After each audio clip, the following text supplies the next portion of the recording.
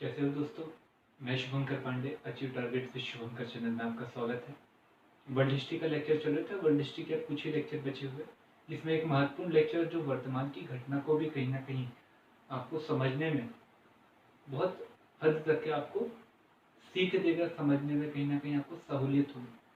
अभी corona virus चल रहा है और कोरोना वायरस के कारण IMF, वर्ल्ड बी या WB, वर्ल्ड बैंक के द्वारा, अन्य जो रेटिंग एजेंसी है उनके द्वारा इस वर्ष महामंदी आने की क्या संभावना बता रहे। और इस महामंदी के कारण कई सारी अर्थव्यवस्था डूबने की कगार पर रहेंगी, कई सारी अर्थव्यवस्था की ग्रोथ रेट कम होगी, तो कुछ अर्थव्यवस्था की ग्रोथ रेट माइनस चले जाएंगी।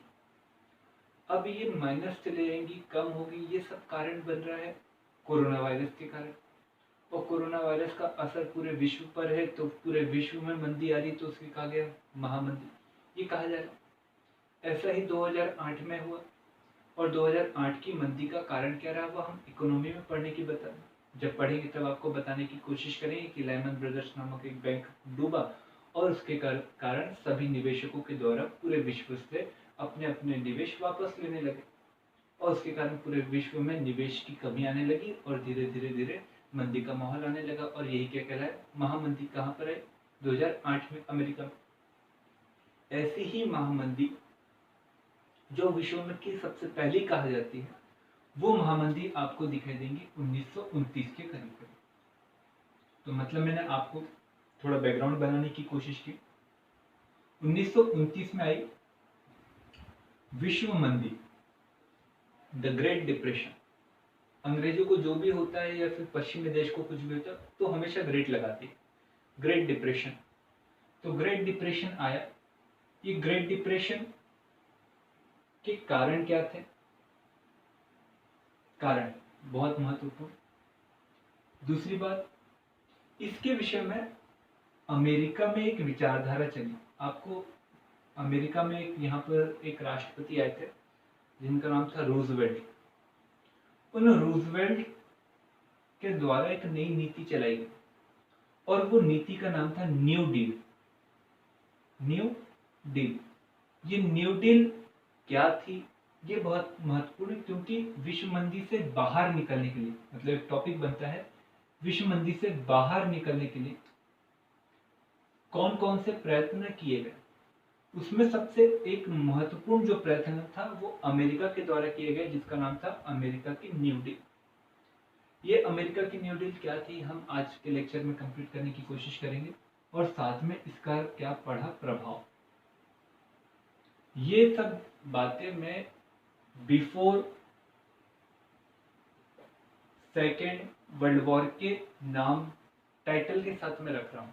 कारण ये है कि आपने बिफोर फर्स्ट वर्ल्ड वॉर पढ़ा, अब बिफोर आप सेकेंड वर्ल्ड वॉर पढ़ो, कौन कौन सी घटना हुई। तो आपने देखा बिफोर सेकेंड वर्ल्ड वॉर के पहले आपको दिखाई दी सोवियत क्रांति हुई।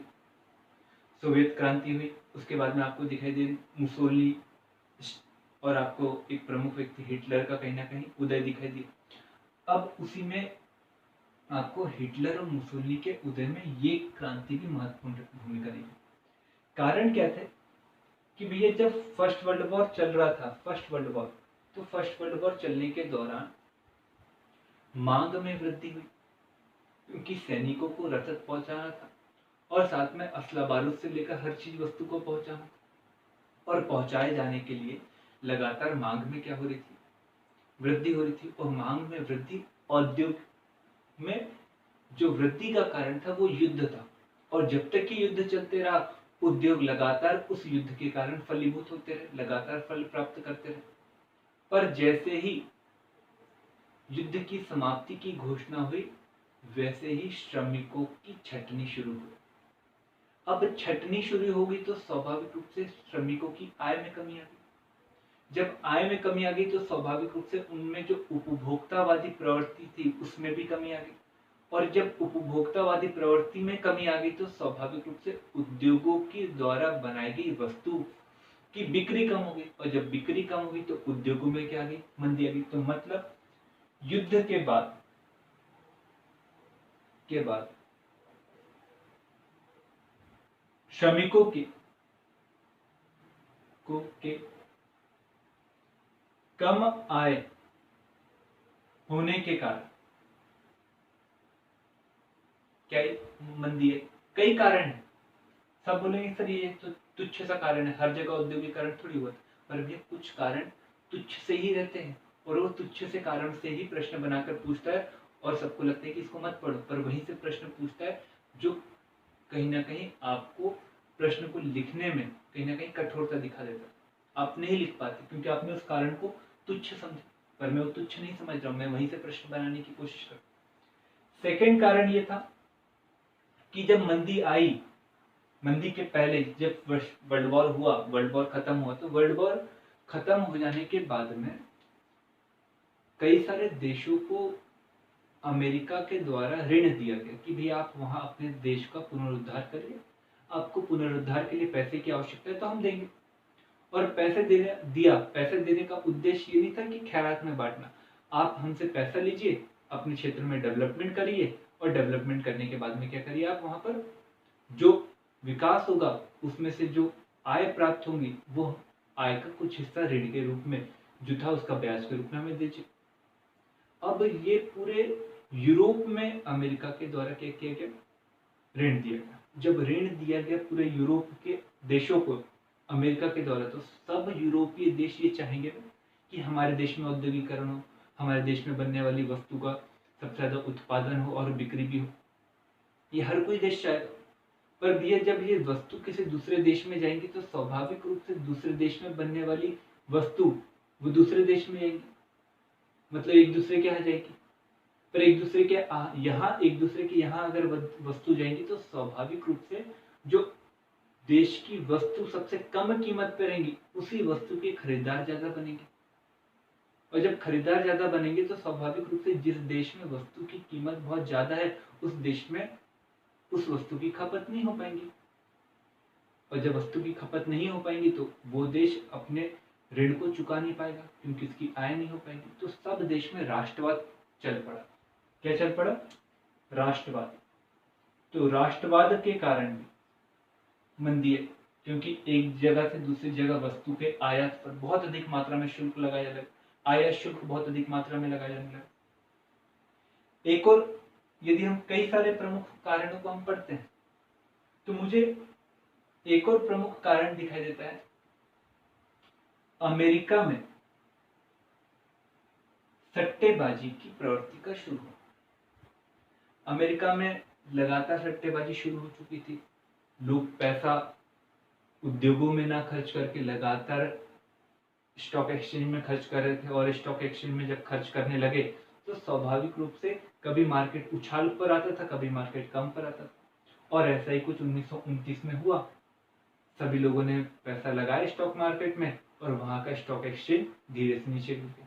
धड़ाम से जब नीचे गिरा तो स्वाभाविक रूप से पूरे विश्व के में जो निवेश कर बैठा था अमेरिका, उन निवेश को खींचने लगा। तो अमेरिका के द्वारा निवेश किया गया था यूरोप में, अब यूरोप में निवेश किया गया तो वो पैसा वहां से मंगवाने लगे, जब मंगवाने लगे तो अमेरिका के द्वारा निवेश की गई पूंजी यूरोप में कम होने लगी। यूरोप में जब कम होने लगी तो स्वाभाविक रूप से मजदूरी कम होने लगी, जब मजदूरी कम होने लगी तो स्वाभाविक रूप से उपभोक्तावादी प्रवृत्ति कम होने लगी, तो मंदी दिखाई देने लगी।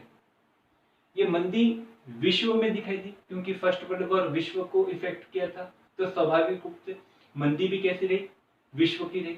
तो इसमें एक और कारण माना जाता है चक्रीय प्रभाव।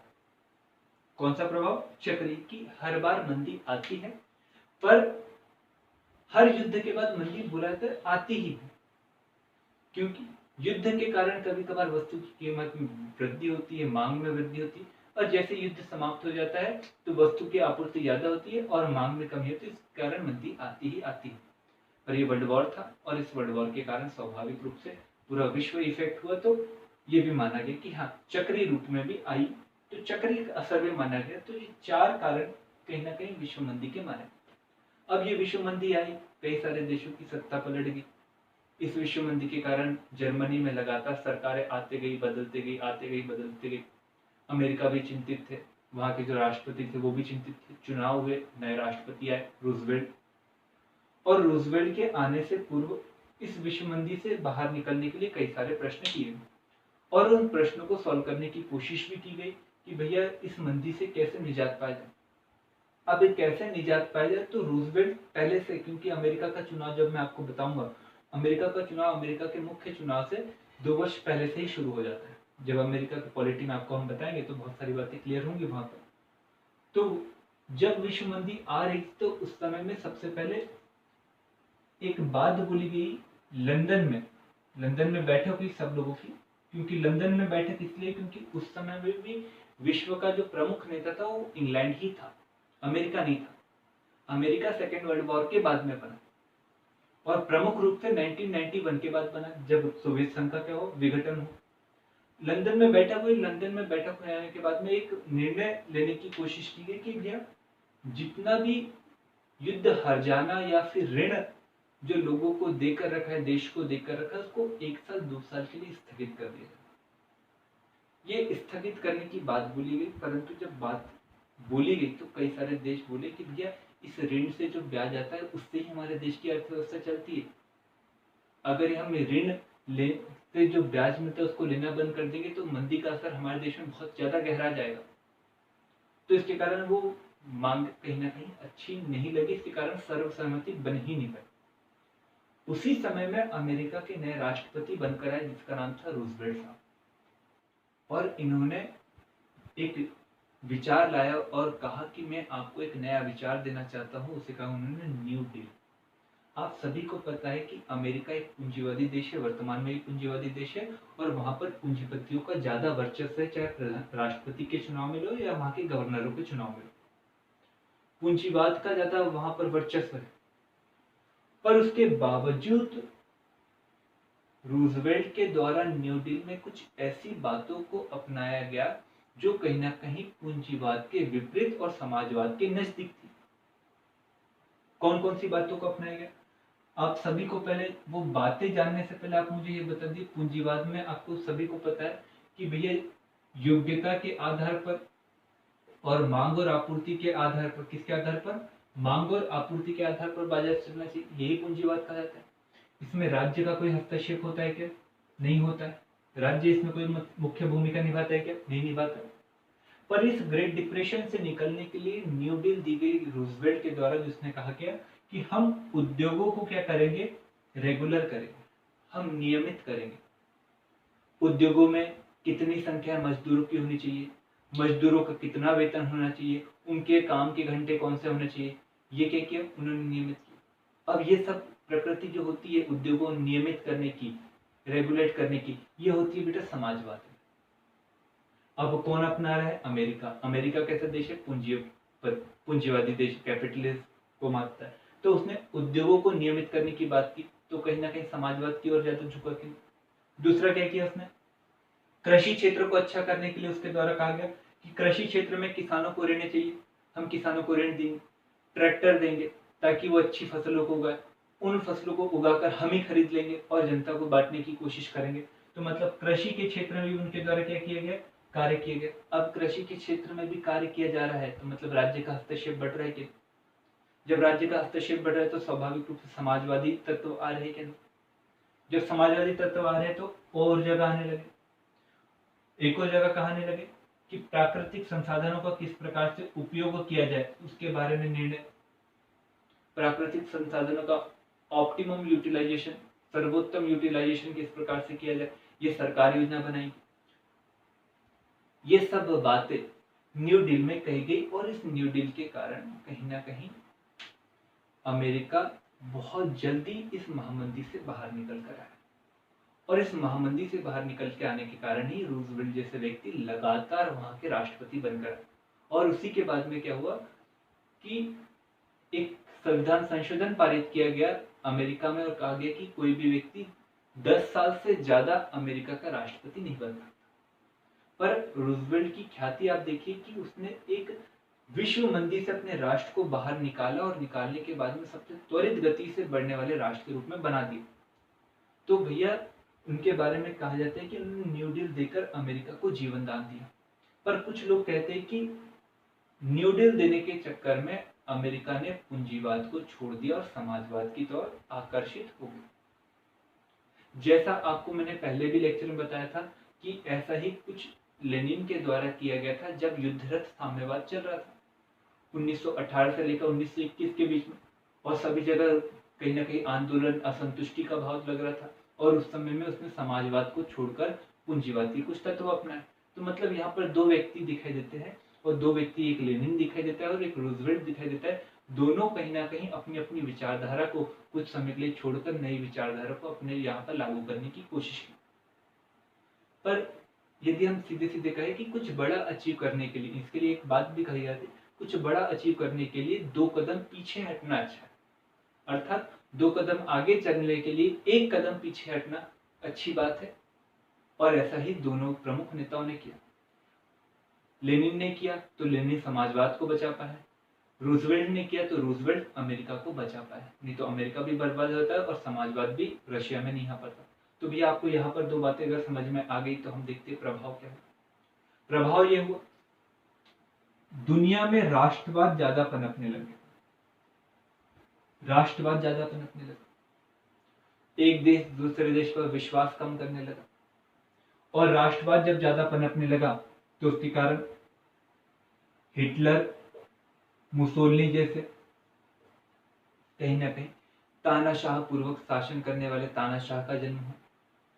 राष्ट्रवाद पनपना, मुसोलिनी और हिटलर जैसे शासकों का आना, साथ में एक प्रमुख समाजवाद पर विश्वास ज्यादा बढ़ जाना, क्योंकि रूजवेल्ट ने समाजवादी तत्वों को प्राप्त करके अपनाकर अपने देश को आगे बढ़ाया, और साथ में इसी समय में स्टालिन ने भी अपने देश की अर्थव्यवस्था को समाजवादी ढांचे में बदलकर अपनी अर्थव्यवस्था को 12% की ग्रोथ रेट लेकर चला, और उसके ऊपर उस समय में कोई भी प्रभाव नहीं पड़ा, जिस समय में पूरे विश्व कहीं ना कहीं क्या हुआ था, डूब कर मर रहा था, धीरे धीरे धीरे धीरे कहीं ना कहीं वो गर्त में जा रहा था।